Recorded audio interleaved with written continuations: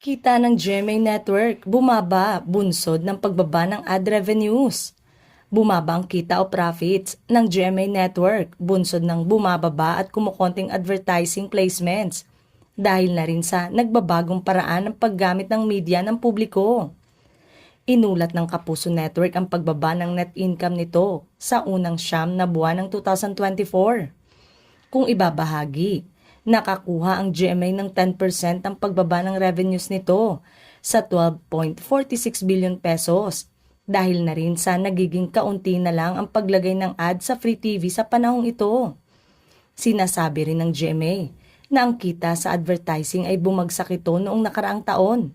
Tila masakit ito sa kumpanyang umaasa sa 90% ng kanilang kita mula sa ads.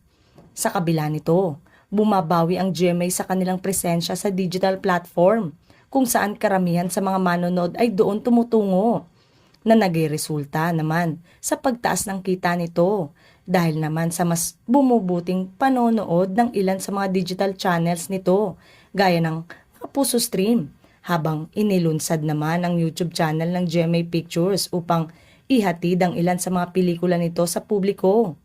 Ngunit tila marami pang dapat gawin ng Kapuso Network upang maiwasan ang sobrang paggastos dahil sa pagbagsak ng kita nito. Sa ngayon, sa taong ito, tumaas ang gastusin ng GMA ng 1% kahit na nagbawas ito sa production at sales cost.